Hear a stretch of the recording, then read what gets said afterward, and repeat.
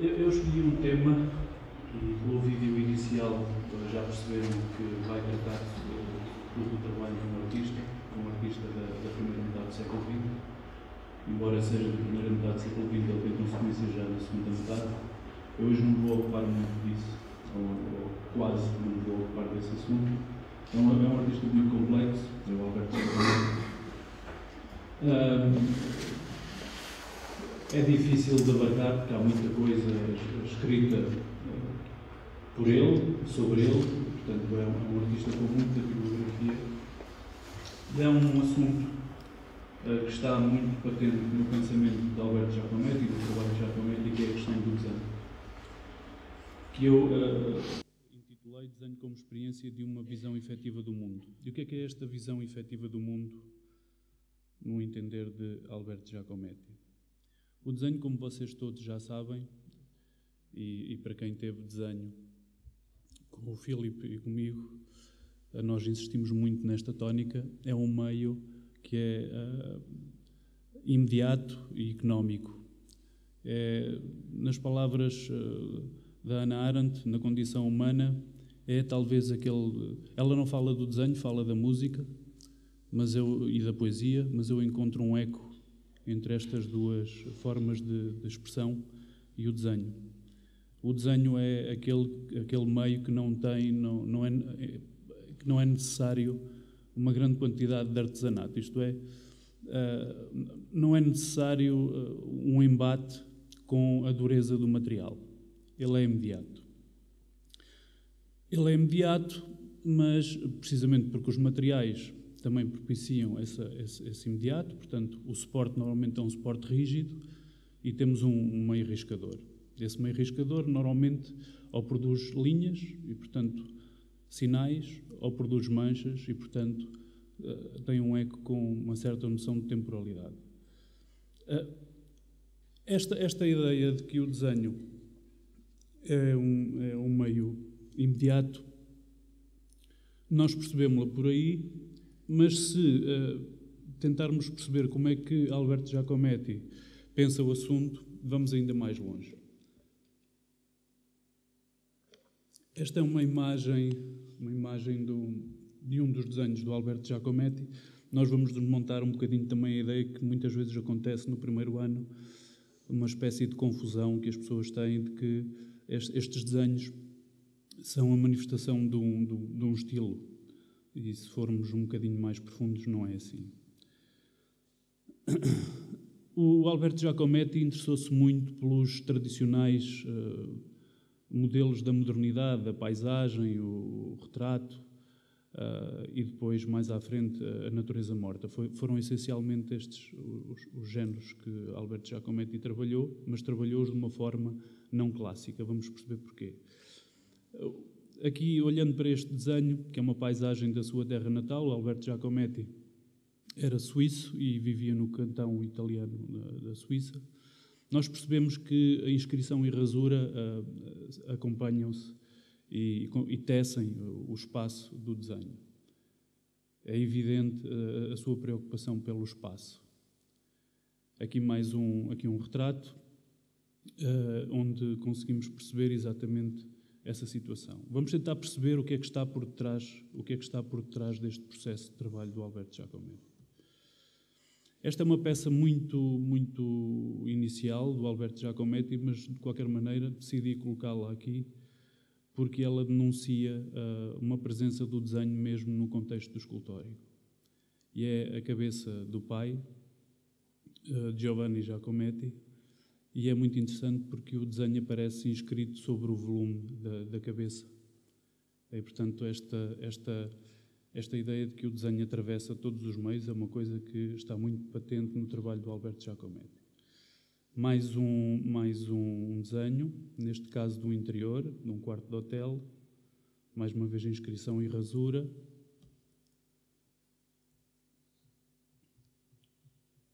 Outra situação muito idêntica. Aqui o Diego.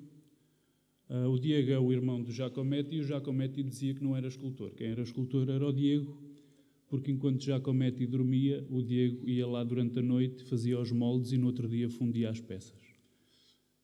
Podemos dizer que quase que, no limite, Giacometti não teria nunca obra, teria sempre só processo. Porque muitas das peças que chegaram até hoje só nos chegaram porque o Diego as fundiu, isto no caso da escultura.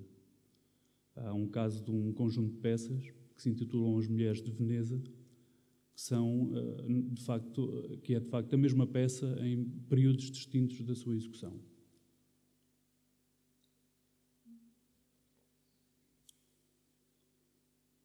Mais um retrato, mais uma vez essa espécie de vibração do traço contínuo, numa expressão da Ruth Rosengarten, ansioso, que procura uma espécie de zona de probabilidade de existência do rosto e mais do que o rosto da cabeça. A cabeça é um problema, como vocês viram no início, no pequeno vídeo que mostrei enquanto iam chegando. A cabeça é um dos principais problemas de Alberto Giacometti, e pensando um pouco no texto de Deleuze sobre a ideia de rosto, uma coisa é o rosto, outra coisa é a cabeça. A cabeça fica por debaixo do rosto, evidencia o devir animal e, quando emerge à superfície, evidencia o humano. Portanto, ele anda aqui nesta zona de vibração e o desenho é esse testemunho. Aqui um fragmento de ateliê, aqui um apontamento de algumas peças que depois foram realizadas. Bom, e agora vamos então tentar pensar um bocadinho sobre esta ideia do que é a experiência de uma visão efetiva do mundo. Eu tenho muito material e eu aqui vou fazer uma coisa telegráfica devido ao tempo. E para o fazer, eu lembrei-me das tradicionais perguntas do jornalismo: o quê, quem, quando, onde e como. E desta forma talvez consigamos ser um bocadinho, talvez consiga ser um bocadinho mais objetivo, embora depois o texto seja um bocadinho errante, e eu faço questão que o seja, de modo a tentar ser um prolongamento daquilo que é o próprio trabalho do artista. E dizia o Alberto Giacometti: bastaria sabermos desenhar e poderíamos pintar todos os quadros e fazer todas as esculturas que quiséssemos. Esta ideia de bastaria saber desenhar é uma coisa que, para o senso comum, tem uma leitura, para nós aqui terá outra. Porque aqui saber desenhar tem a ver com uma coisa que foi inaugurada por Cézanne. E foi inaugurada por Cézanne porque a ideia de que a serenidade do espaço, ou melhor, a ideia de janela para pensar o espaço, deixou de ser útil. E deixou de ser útil, se nós todos pensarmos, deixou de ser útil porque com o século XIX, máquina a vapor, grandes transformações espaciotemporais, etc., nós já não podemos ver o espaço como um lugar de serenidade, um lugar que pode ser fatiado em infinitas unidades iguais. E, portanto, as condições de percepção mudam e acontece a relativização de todas as convenções e códigos. Perante esta relativização de todas as convenções e códigos, que animavam a produção das imagens, basicamente até final do século XIX, cada um tenta salvar-se como pode, diz o Alberto Giacometti. E esta coisa de cada um tentar salvar-se como pode levanta grandes exigências. E no caso do nosso tema, dessa experiência de uma visão efetiva do mundo, tenho que esclarecer o que é esta coisa do desenho estar próximo desse ato. Ou seja, quando nós lançamos o olhar sobre o mundo e esse olhar nos é devolvido, eu aqui já estou a fazer uma pequena alusão à fenomenologia, que é também uma área que conhece grande incremento no mesmo período em que Alberto Giacometti estava a trabalhar. Esse olhar é-nos devolvido, mas muitas vezes quando nós desenhamos, esse olhar, no momento em que colocamos o traço sobre o suporte, é atravessado por códigos, clichês, convenções, etc. E, portanto, aquela ideia pura, de uma certa ideia de forma, que surge no pensamento, na percepção, no sentimento, é de alguma maneira constantemente atravessada por essas crescências. Aquilo que o Alberto Giacometti propõe com esta ideia de saber desenhar é que, de alguma maneira, consigamos aceder à forma pura, consigamos aceder ao exato momento em que uma determinada pessoa, uma determinada paisagem nos aparece naquele momento, livre de quaisquer interferências de códigos ou convenções. Isto é extraordinariamente difícil e é um processo condenado ao fracasso logo à partida.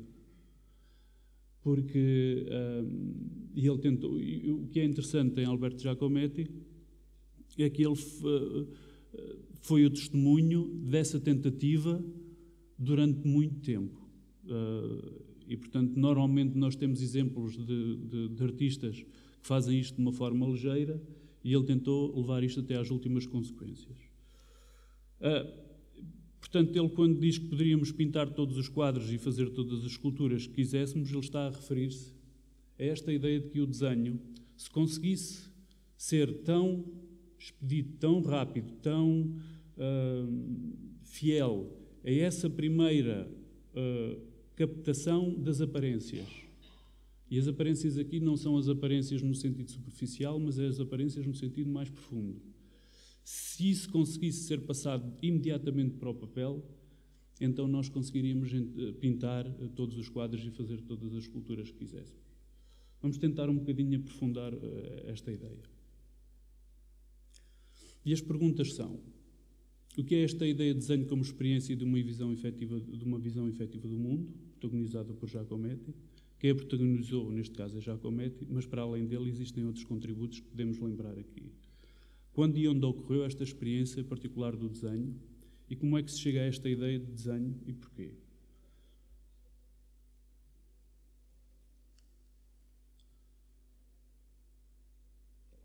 Para Alberto Giacometti, eu mostrei algumas imagens no início.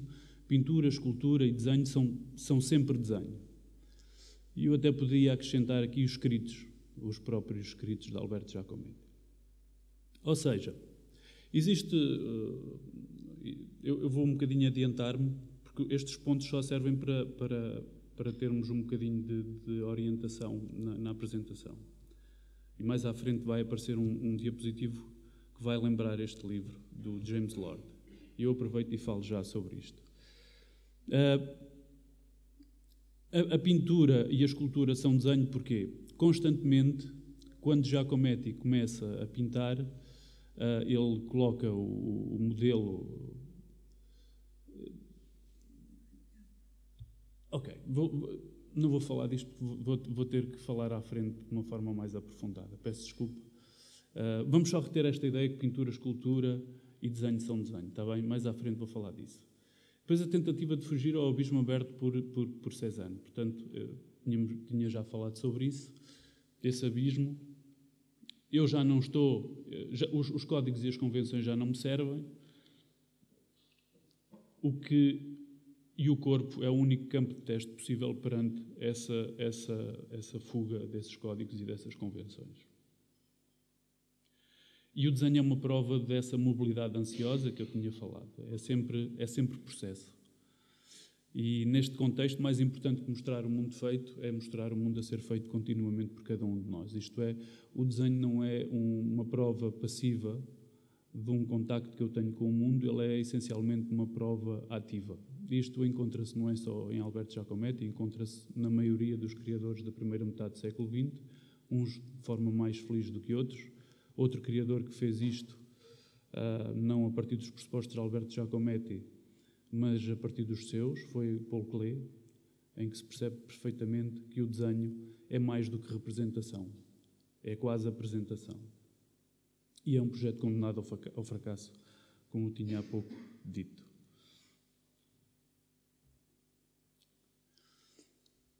Quem protagonizou para além de Giacometti e que outros contributos podemos lembrar?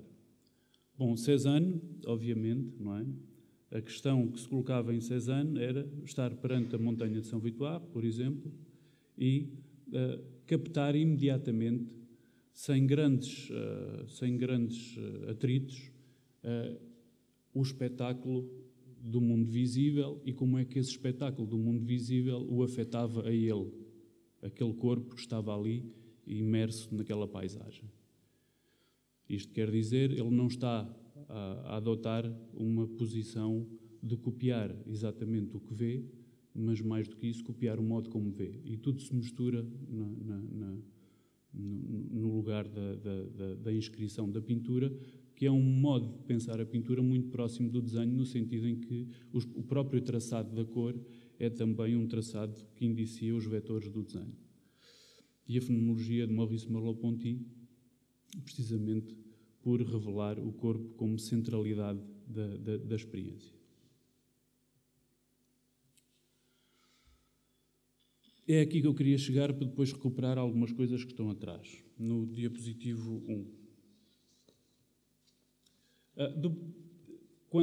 Quando e onde ocorreu esta experiência do desenho? Do ponto de vista biográfico do artista, e aqui biografia no sentido de história da sucessão das obras produzidas e não da história da sua vida.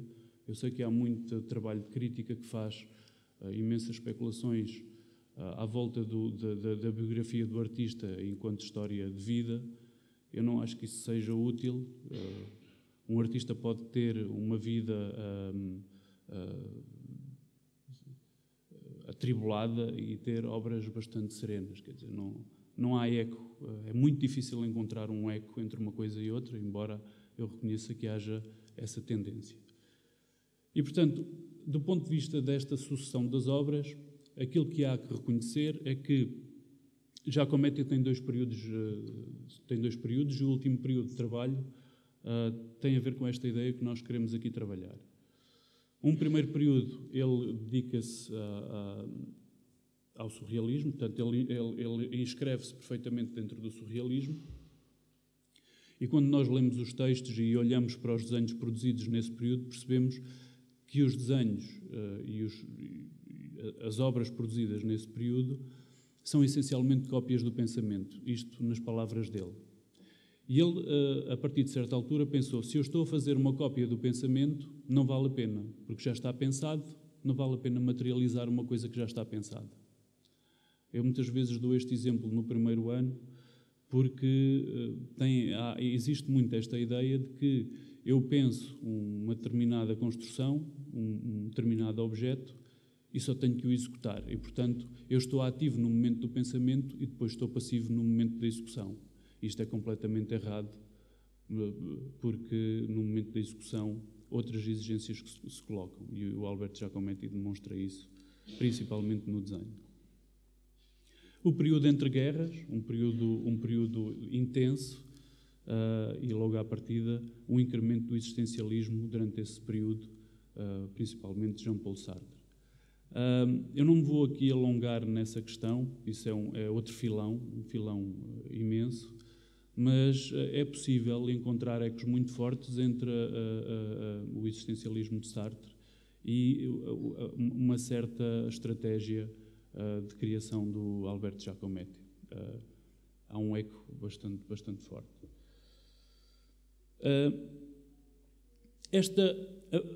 A partir do momento em que ele larga esta prática surrealista, e isto causou-lhe alguns problemas, o André Breton fez algumas perguntas, questionou, mas porquê? Porque a partir de 1935, ele um bocadinho antes tinha então acabado com essa prática surrealista, e a partir de 1935 ele passa a trabalhar a partir do modelo. E trabalhar a partir do modelo era um sinal de fraqueza. Porquê? Porque revisitava todos os preceitos clássicos.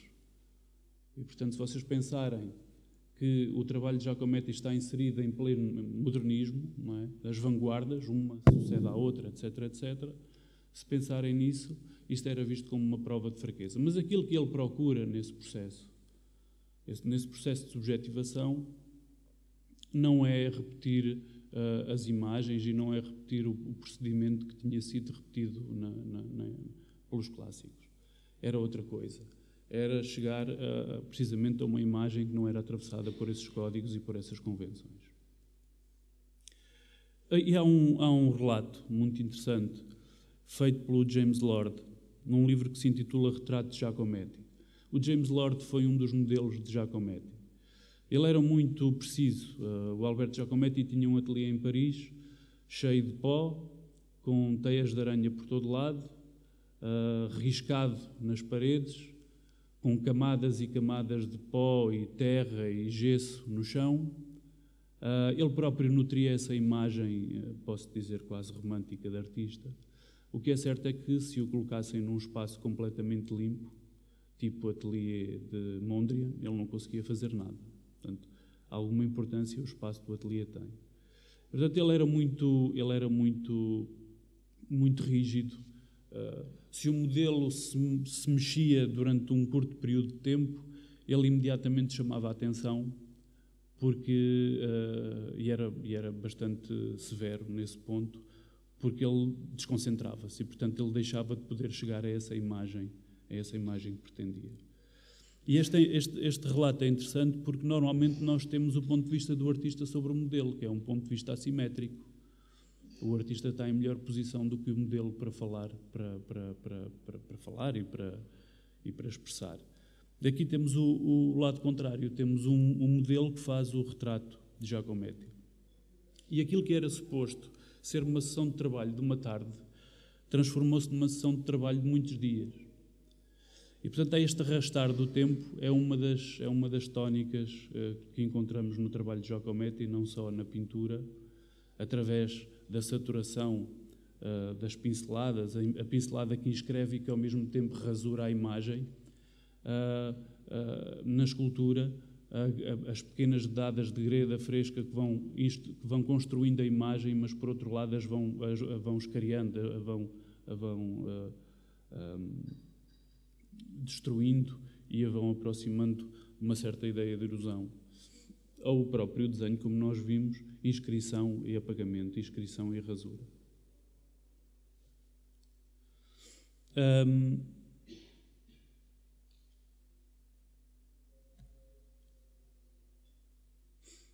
Como é que se chega a esta ideia de desenho e porquê? Portanto, ele faz esse corte com essa prática surrealista anterior. Como disse, ele é anacrónico nos processos, volta a trabalhar a partir do modelo, mas aquilo que se propõe fazer é outra coisa distinta, já tínhamos visto.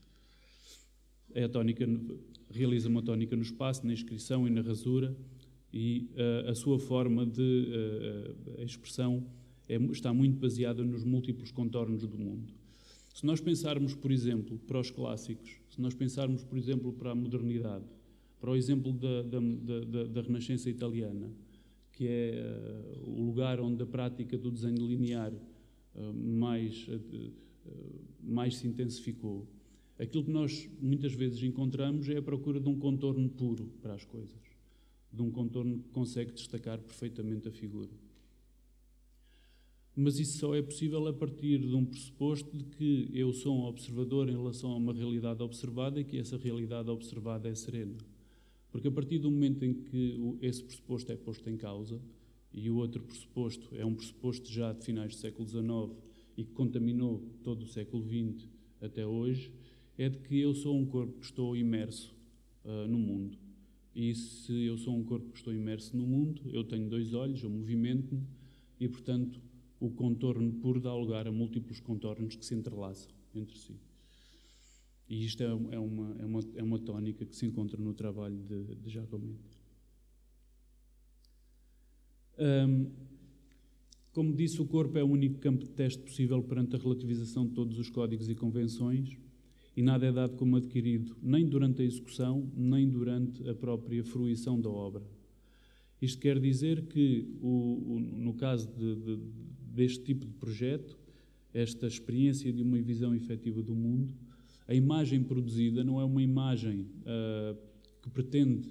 que nos pretende serenar, não é uma imagem que se pretende dar como acabada, é uma imagem que indicia um processo, diríamos, infinito.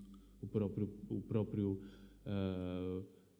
projeto de Alberto Giacometti, de alguma maneira, não foi terminado, nem poderia ser terminado. Como eu disse, ele era condenado ao fracasso. Ele era condenado ao fracasso.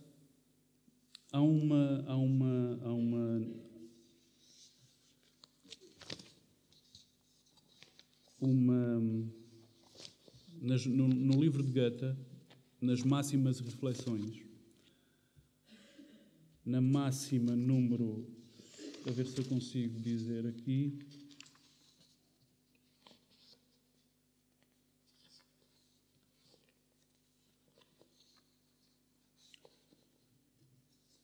existe uma máxima, ela depois irá ficar expressa no texto. Existe uma máxima de Goethe que diz mais ou menos isto. Penso que é 508, mas eu não tenho aqui. Eu tenho isto escrito, mas para não estar à procura e vocês ficarem aqui à espera. É sempre chato. Eu gosto mais de falar de improviso do que seguindo uma ordem. Faço uma ordem e depois nunca sigo a ordem. Penso que é 508. Ele diz que existe uma forma de conhecimento superior que basicamente corresponde a isto. Eu lanço o olhar sobre o mundo e essa forma de conhecimento superior é conseguida quando eu me fundo exatamente com o objeto conhecido. E ele diz que isto será possível num contexto de uma cultura avançada. Ou seja, isto é uma forma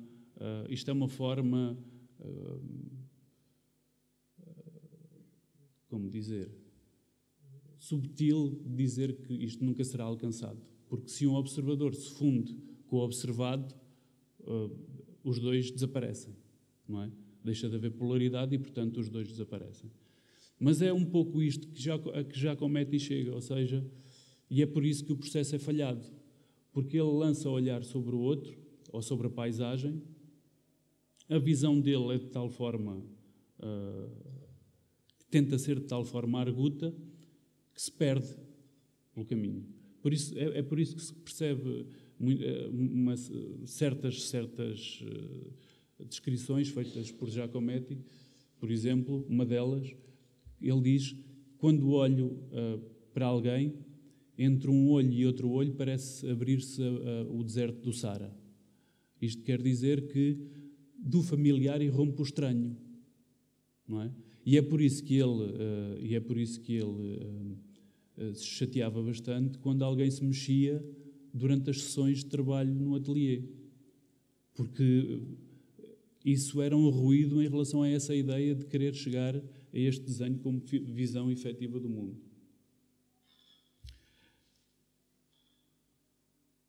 Este é um exemplo, é um retrato de James Lord, do tal senhor que fez o retrato de Giacometti, mas em livro, e por aqui conseguimos perceber que a pincelada é já desenho, a saturação das cores leva ao cinza e o quadro é o resultado de uma acumulação de espaço ao longo do tempo.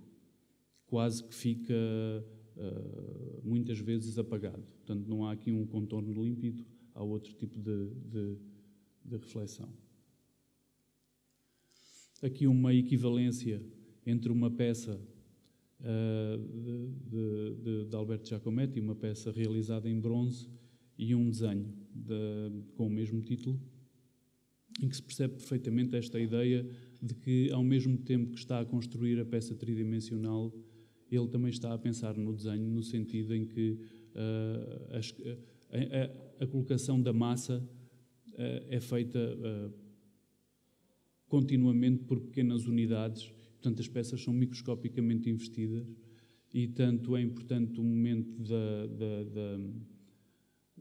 da colocação como o momento da rasura, digamos assim. E isso depois também se encontra patente no desenho. Obviamente aqui a peça é em bronze, mas quem fez o bronze foi o irmão, portanto Giacometti não fundiu nenhuma peça. Por isso é que Giacometti diz que não é escultor. Quem é o escultor é o irmão. Aqui um pequeno detalhe. Não sei como é que estamos em termos de tempo. Estamos razoavelmente bem. Temos mais 5 minutos e depois passamos às perguntas. Como eu vos disse, eu tinha um conjunto até de citações, etc. Mas como o material é bastante, preferi fazer de forma improvisada. Mas queria só que vocês tivessem esta ideia de que esta visão efetiva do mundo é um projeto falhado, mas entendendo um pouco aqui o exemplo de Alberto Giacometti, é alguma coisa para a qual nós devemos olhar quando praticamos desenho. Porque uma das exigências que se colocam hoje para quem pratica desenho é que o desenho que a imagem produzida pelo desenho consiga ainda hoje encontrar lugar num mundo já ele povoado de imagens, excessivamente povoado de imagens, num mundo em que os códigos e as convenções continuam ainda hoje a trabalhar e produziram uma quantidade enorme de imagens até aqui. Como é que cada um consegue efetivar a sua visão do mundo? Não é uma visão exatamente mimética, é outro tipo de visão, recobrindo exatamente esses códigos e essas convenções e esses clichês. Esse é sempre um desafio e por isso é que muitas vezes as imagens produzidas nas cadeiras de desenho são imagens difíceis. São imagens difíceis porque elas exploram as gretas, elas exploram tudo aquilo que não pode ser cristalizado. Elas não exploram uma certa ideia de imagem fixa, cristalizada. Elas são imagens em construção, de modo a ativar a nossa percepção, de modo a nos envolvermos nelas e de modo a que essas imagens possam fazer ainda hoje sentido. Eu penso que o trabalho do Giacometti tem isto. O que me interessou nele, num primeiro momento, foi uma coisa e agora está a ser outra. Aquilo que me interessou nele foi a ideia de transformação do tempo em espaço. Foi uma coisa que esteve e está continuamente a trabalhar no meu trabalho prático, no sentido em que uma certa demora na feitura dos objetos traz consequências positivas para esses mesmos objetos ou para essas instalações. Neste momento, aquilo que me começa a interessar cada vez mais é esta ideia de que o desenho é provavelmente a forma de expressão mais próxima do pensamento. E talvez por isso um certo fascínio, embora não tenha as ferramentas ideais para o fazer, mas existe um certo fascínio pelo pensamento, pela filosofia, etc. E o desenho é uma forma de expressão que consegue juntar estes interesses. O interesse enquanto artista plástico, por um lado, e o interesse enquanto alguém que quer procurar pensar melhor. E Giacometti penso que foi o testemunho disso mesmo. Não sei, dir-me-ão vocês se é assim ou não. Acho muito interessante alguém propor-se fazer um projeto que à partida é um projeto falhado e acreditar nele. Isto leva a que muitas pessoas desistam quase de pensar um pouco sobre o trabalho de Giacometti e outros adiram com uma força impressionante. Portanto, é um artista amado e odiado, penso eu. Vamos passar às perguntas. Não sei se querem fazer alguma questão. Eu tenho uma questão para fazer. Portanto, roubo o lugar ali ao professor Rodrigo e avanço eu. Não ficou muito claro para mim porque essa valorização do desenho quando se diz que pintura é desenho, escultura é desenho. E não ficou claro por duas razões. Eu penso, e da experiência que tenho, quando falo, por exemplo, com desenhadores experientes, acontece um pouco a história das doenças profissionais que falávamos ontem, que é alimentam-se do mundo como se o mundo fosse desenho. Portanto, daí, por exemplo, nos designers, muitas das vezes, a ideia não está bem projetada, mas está bem desenhada. E eu acho que as pessoas adquirem formas precisamente de se alimentar do mundo, e o desenho pode ser uma dessas formas. Mas onde eu quero chegar é, se no caso do Giacometti o tipo de operações são características de determinado tipo de desenho, ou se, pelo contrário, há uma espécie de visão absoluta fornecida pelo desenho. E é ou seja, faz sentido falar ainda da distinção de meios no Giacometti ou não? E se não, porquê então falar de desenho? Se isso não é precisamente uma espécie de hipertrofia de quem vê o mundo de uma determinada maneira e se alimenta do mundo de uma determinada maneira. Giacometti tem um pouco este pensamento. O objeto é uma inevitabilidade.